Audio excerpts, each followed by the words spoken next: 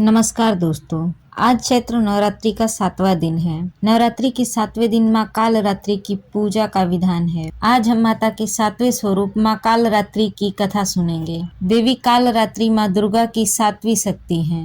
देवी काल रात्रि को काली, महाकाली, भद्रकाली, भैरवी, रुद्राणी, चामुंडा, चंडी और दुर्गा जैसे नामों से जाना जाता है। माँ काल रात्रि की उपासना करने से नकारात्मक ऊर्जाओं का नाश होता है। ऐसा कहा जाता है कि देवी काल रात्रि का नाम लेने से ही राक्षस, भूत, प्रेत और पिशाच पलायन कर जाते हैं। माँ काल रात्रि की उपासना करने से गृह बाधा से भी छुटकारा मिलता है। की आराधना करना भक्तों को शुभ फल देता है, इसीलिए इन्हें शुभंकरी भी कहा जाता है। माँ काल रात्रि माँ दुर्गा के 9वें स्वरूप में 7वीं शक्ति। इनका रंग कृष्ण वर्ण का है और उन्हें काला रंग अत्यंत प्रिय है। इसी कारण इन्हें काल रात्रि कहा जाता है। माँ काल रात्रि की 4 भुजाएं हैं, जिसमें बाएं हाथ की दोनों भुजाओं में कटार और लोहे का कांटा धारण किया हुआ है और दायां हाथ अभय मुद्रा और वर मुद्रा में है। पौराणिक कथा के अनुसार दैत्य शुंभ, निशुंभ और रक्त बीज तीनों लोगों पर अपना आतंक मचाना शुरू कर दिया, तो देवतागण उनसे परेशान हो गए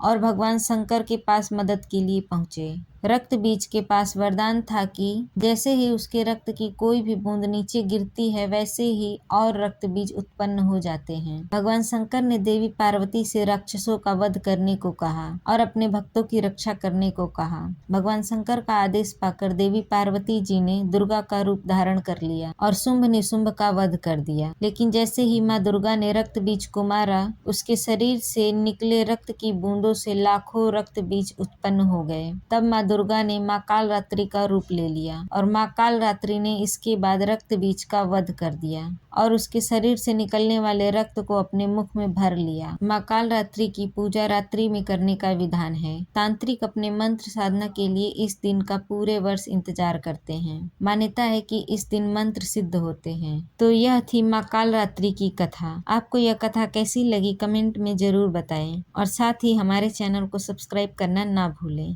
धन्यवाद।